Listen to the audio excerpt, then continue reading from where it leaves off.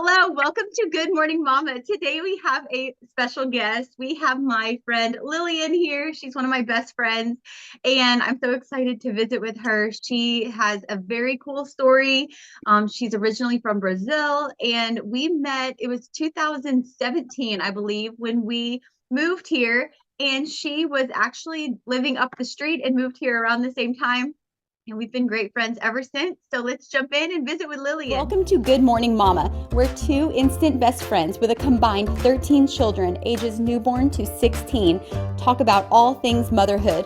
Our new mom versus seasoned mom dynamic will leave you laughing, and our Christian values and positive outlooks will leave you inspired. So grab your coffee, pull up a chair, and enjoy our visit. Okay, well, thank you for being here. This is going to be so fun just to visit with you. I, of course, know all of the answers to the questions I'm going to be asking because we've just been really, really great friends ever since we both moved here. And when we were trying to think of a podcast guest, you were the first one that came to mind because you do have such a cool story and it's very unique. And you are very unique. Oh, thank you. So let's jump in. You were born in Brazil and you still have family in Brazil. And tell us that experience of just growing up in Brazil and the differences of how we live here in the United States and how we raise children versus how you were raised in Brazil. Yeah.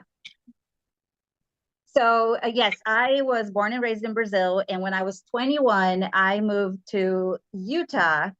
And the goal was to just be there for 3 months and learn English and go back to Brazil so I could get a better job. As a 21-year-old, that made total sense in my mind. Learn English in 3 months. Learn English in 3 months, go back and get a better job. Yeah. I had just finished my bachelor's degree in linguistics, and I wanted to have some experience outside the country. So I went to Utah and I did learn a little English, but I also met a boy. And we ended up falling in love, and then I never went back to Brazil. Oh, that's so sweet.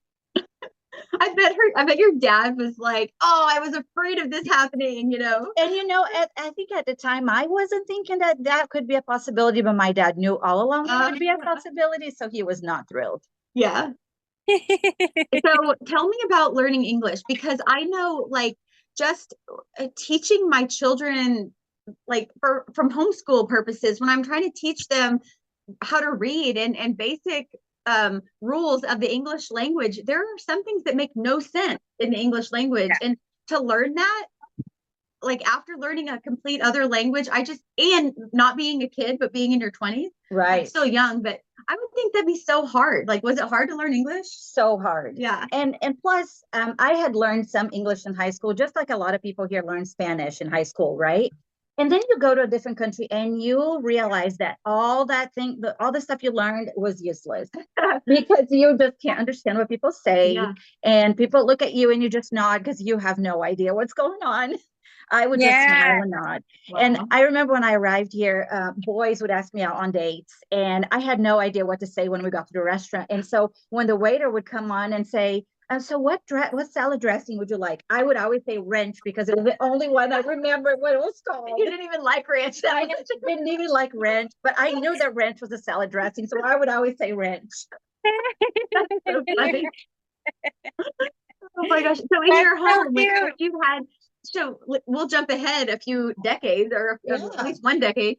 So Lilian and the boy got married and they had twins, and then they also had another little guy named Jace. He's downstairs playing with my kids. But raising children, did you and your husband decide to make them bilingual from the beginning, or did it just naturally happen to teach them, how to speak two languages? And so I think our goal from the beginning was I would always speak Portuguese and he would always speak English to them so they could learn from the native parents.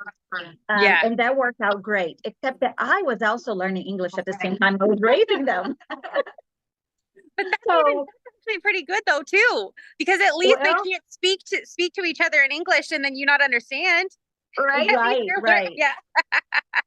And so all my boys did really great until they went to school. And then at school, they would speak Portuguese to a child and they would just look at them like they were crazy. Yeah. And so they started getting a little embarrassed about it. And so I think all three of them have lost a lot of it, and they actually understand really well. If we go to Brazil, they do a great job speaking. Writing is very iffy. Yeah. But one of my twins actually took Portuguese last semester in college, and he did great. Oh my God. Really? Yeah. See, I want my kids to speak English and Italian for sure. Yeah. And then Spanish, but I really want my kids to be bilingual. I actually studied abroad in France for 3 years and with 3 months, not 3 years, in the attempts when I was about 19 to try to learn French. And I am not as successful as you are with English. That was really hard. It was really hard. I bet. Gosh, I couldn't imagine. Yeah, learning a different language is hard. And, I think when Aiden started taking Portuguese in college, it was probably the first time I was ever able to help him with college homework. Right. Because I could not help him with the advanced chemistry classes or anything else, but I did help him with Portuguese. Like, I got this. Yes. And I do think it's great for kids to travel, to learn different language, to just see diversity as a whole. It just exposes them to a lot more. Absolutely. Oh, that's so cool. Family there. You still have a lot of family in Brazil. Tell me about that. Like, how do you communicate with them? How often do you see them? And just all the feelings around that.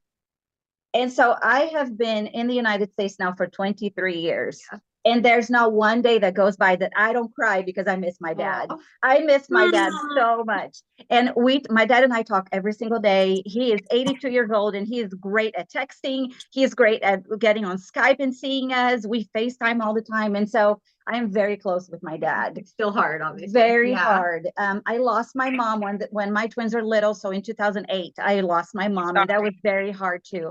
A loss when you are far away is very difficult. But I'm very family oriented, and I love my family, so I try to go every year to see them. But yeah, it is difficult not having them around. What are the main differences between life in the United States and life in Brazil? I think it's safer here. Yeah. The crime rate in Brazil is very high, and I think that is one of the biggest. Has it always been, or is it getting worse? It's getting worse. Okay. It's getting a lot worse. A lot of things we see in the movies about Brazil, some of them are not true, but a lot of it is true. A lot of crime. I struggle bringing my boys to Brazil when I visit my family because I'm just so scared of kidnappings, and it's not paranoia, it's real life. Like it's very, crime is difficult. There's a lot of poverty, and there's just a lot of differences. We just feel safer here. And so I think it's my main difference with Brazil and here. Yeah. How's your family doing after the floods and everything? Yeah. So in May, there was a big flood in my hometown, and it actually flooded my whole hometown. My family they lost everything. They lost all their belongings. They lost, my dad did not lose his home. The structure of his home was still intact, but he lost everything that was in the home. And so it was the biggest tragedy that my home state has ever seen. And it was also very difficult for me to watch all that from far away. I limited ways that I could help. And so that's always very hard. When they struggle with something, you kind of just watch from far away. Feel helpless. Try to help, but I'm not always able to. Yeah. So my really good girlfriend, she's actually the godmother of my kids. She's from Brazil, and her family was completely devastated by the floods as well, to the point that when it was happening, she was trying to fly them out because she has 3 young kids. Right. She couldn't go out there, but she's the only one that she felt could fix it. So that was really challenging for her. She didn't know.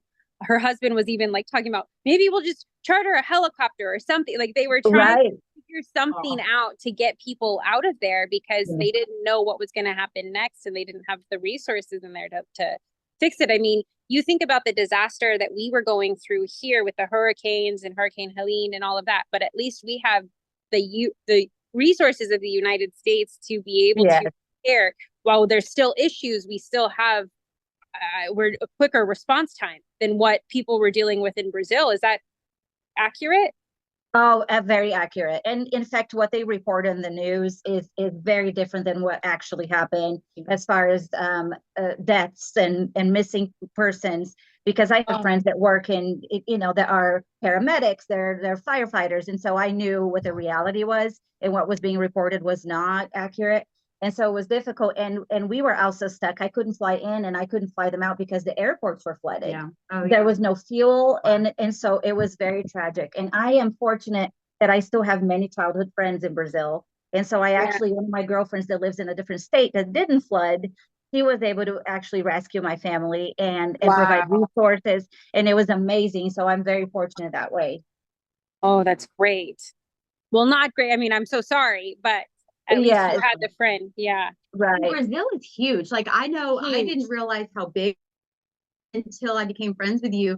And I remember you one time sharing a picture of Brazil and showing how much of the United States would fit inside of Brazil. And I don't know why we think it's smaller than it is, but Brazil is a huge, huge country. Like it's enormous. It's pretty big. Yeah. But it's a wonderful country and I love it. And I try to go. I'm going back in February now. I try to go see my family every year. Have they ever thought of moving here, or is that just their home and they're like, no? So I've begged my dad to come. Yeah. I've offered all kinds of things and he will not. And I don't blame him. Speaking the language. I mean, he would come here. Yeah. He's older and you know, he doesn't want to leave his home. So yeah, I don't blame him. Yeah. Yeah. I get that. My stepmom's from Ethiopia, and all of her siblings are here. They live here. They raise their children here. They've been here since the 80s. But her father is he's so involved in his community in Ethiopia. There's no shot of him leaving. So the whole family's here. They have Christmases here without him. And they're like, please just come be here with you. And he's like, no, this is my home. No. I wanted you to go to the United States for a better life. I wanted you guys did what I wanted you to do. But sorry, my son just got up. I'll be right in. Okay. Yeah, it's easy for us to say that's the easy decision, but I mean, their roots are deep. Like that's their home. Very deep. And that's amazing.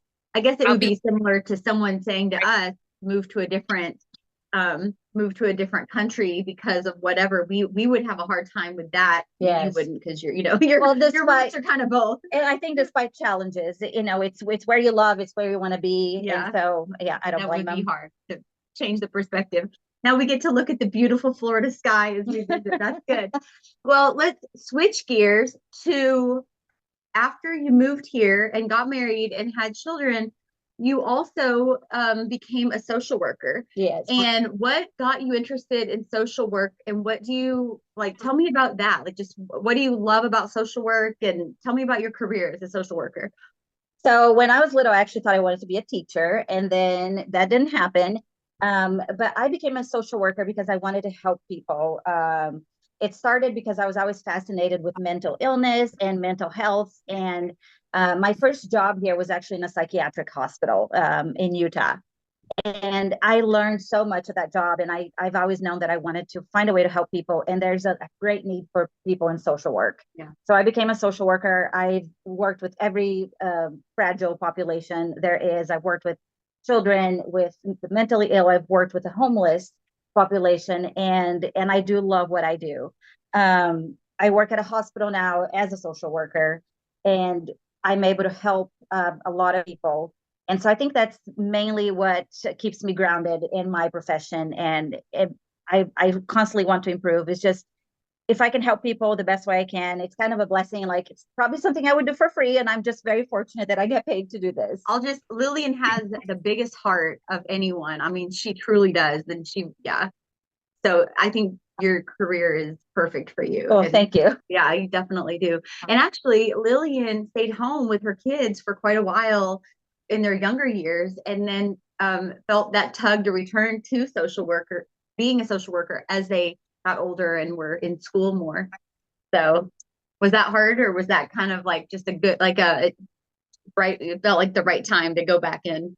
I think as a working mom, you always deal with mommy guilt. Yeah. You're divided between staying at home with your kids and providing them a good life, but also being outside and working. And so I think for me, I came to a point that I wanted to teach my kids by example, and I knew that I had a calling to help other people. And I think it's always been great for them to watch me work.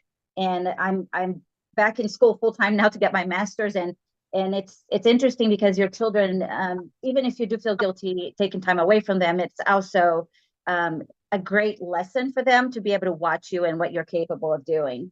Yeah, I agree. We were actually just talking about that on the way to church this morning because my kids didn't realize that I had taught college classes before. And I said, yeah, when you guys were little and I was working full time, I was also a college instructor at the same time. And they just couldn't wrap their mind around, wait, you worked and had kids, like because they have only known me being home with my kids for so long now.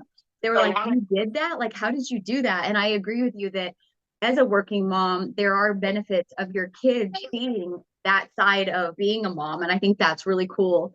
That you're balancing all of it, like you're doing it. And it's really cool. I'm trying. Yeah.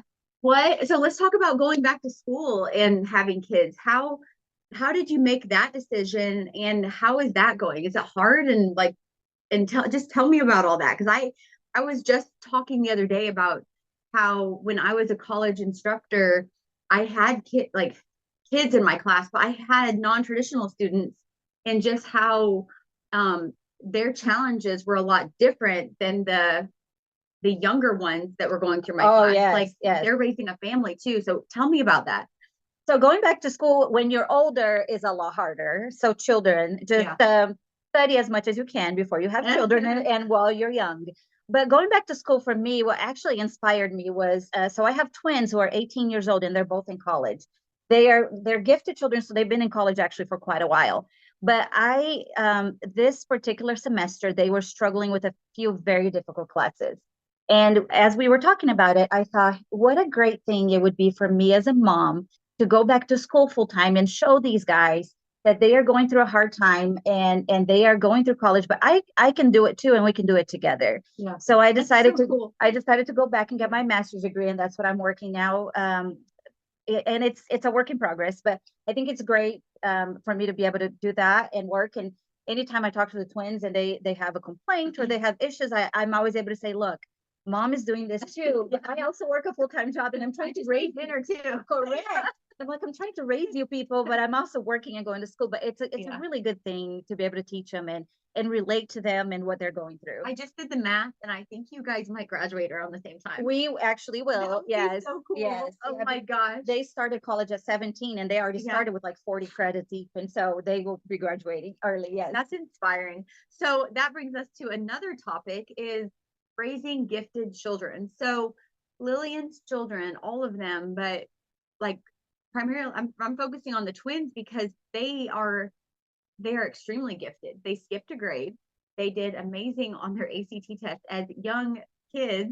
They went to college early they entered college, I think, as a sophomore because they had so many credits from taking college classes in high school, and they're just gifted children. And I'm thankful to have a few gifted children myself, and we have shared about the challenges of raising gifted children. Like, it's amazing. It's wonderful. It is a gift. All children are gifts, but gifted children bring a unique set of challenges to parents in raising them. And I know you've been helpful to me in talking through those because the rules that apply to other children don't necessarily apply to these other children that are gifted. Correct. Because they're just on a different level, and they are. You have to. So what have you learned about parenting a gifted twins? I mean, that's a whole other dynamic. And what advice could you give to moms who have these gifted children and are trying to get through the hard years with them? Yes. And so I have learned through the years with my boys that you really are their biggest advocate. No matter how great their school is or how intelligent they are, they still need someone there to support them through because they also don't know how to be gifted. They are still learning how to deal with that. They are. It is. And so where we live, and I think it's a worldwide, it's not quite an issue, but it is something we go through. There's a lot of resources for children who fall behind because that's what we're used to seeing. And we love being able to provide those resources for children. But there's really very limited resources for children who are gifted. There's not as many of them. There's not as many of them. And the system is just not prepared for that type of learning. And so when my boys started getting bored in middle school, we quickly just had learned that they were basically wasting their time. And so we had to advocate for them to skip a grade. They were starting to not enjoy school. Right. They were bored. A grade or more above, yes, academically. right. And you didn't want them to just not like school because they weren't learning anything. They already knew everything. Right. And so yeah. they would come home and tell me, Mom, today all I did was help all my classmates who didn't understand a certain thing. Like I really didn't learn anything new. And watching for those things, I think it's important. I mean, if your child's bored and other things like that, that's maybe something to watch for. But we had to actually advocate for the boys to skip a grade. So they skipped 8th grade. And that had really never been done in our district. Never been done. And we had to advocate with several different people and authorities. And they went from 7th grade to 9th grade and they entered high school, which is not for every child either, because you need to make sure that they are socially prepared. Right. And in my situation, I was very fortunate that my twins were at the same level and they had each other. Yeah. I think that really helped. Yeah. But if there's anything that I can advise any moms out there with gifted children, you are their biggest advocate. So when it comes to college credits, when it comes to studying a little extra or looking for scholarships, don't rely on the school counselor or anybody else, because you really are their biggest advocate. Yeah. And one thing you've done that's been really cool to watch is when your boys express an interest in something, you're all in. You're like, all right, let's go. Right. And I know one of her sons is musically gifted as well. And he started showing interest in, singing and playing the piano. And he essentially taught himself. But Lilian, and her husband said, all right, let's invest in music. If he wants to learn music, let's get him lessons. Let's, help teach him this. And he just thrived in it. And same with, many other areas too. So. And I think that's always been something important for us, is that we never pressure the boys to learn any extra, study any extra, or we never pressure them to pursue a certain sport or a certain musical instrument. It's always come naturally to them, and we let them lead and we support them on whatever they're passionate about. So that is important too. If anything, I was thinking you kind of, instead of pushing them, you're kind of like, you're like the opposite. You're like, let's just stop focusing on academics. Right. It's okay if you don't have a perfect score on the ACT. Like, just be a kid. You're like the opposite of a lot of parents who are like, you need to study, you need to focus on school. You're like, no, let's just focus on being a kid.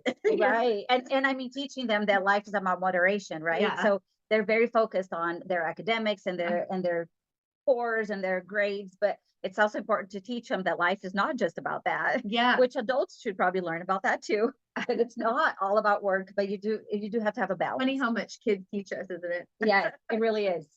Well, we have on our podcast interviewed many people with twins. It just kind of happens that way. We don't mean to. It's just like so many people have twins, and a few days, we're interviewing another family who has several sets of twins.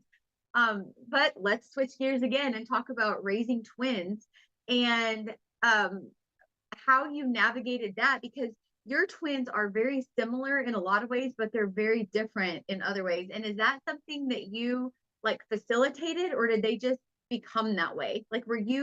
Did you want them to be in the same things growing up, or did you want them to have their own identity and encourage different things? How did you do that? So, I mean, life didn't really prepare me for twins. The first time I tried to get pregnant, I got pregnant with twins. Yeah. And it's wonderful, because they are basically, it's one pregnancy, one delivery, and they're born with a playmate. It's amazing. And so I think I've always encouraged them to have their own identity. And my twins are polar opposites. They don't even look alike. Yeah. Their personalities are completely different. The only thing they truly have in common is that they both love school for some reason.